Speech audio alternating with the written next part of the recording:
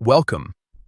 If you're using Telegram Web on your PC and you've noticed stickers and animated emojis popping up everywhere, you might find them a bit distracting, especially when you're trying to stay focused. The good news is, with the latest update, Telegram has made it really easy to control this. Let's walk through how you can disable stickers and emoji animations step by step. First, open Telegram Web in your browser. Make sure you're logged into your account so you can access your settings.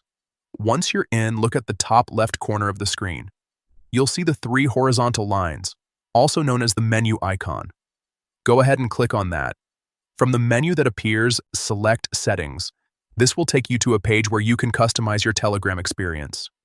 Now, inside Settings, find and click on Animations and Performance. This section controls how visual elements behave, including stickers and animated emojis. Here's the important part.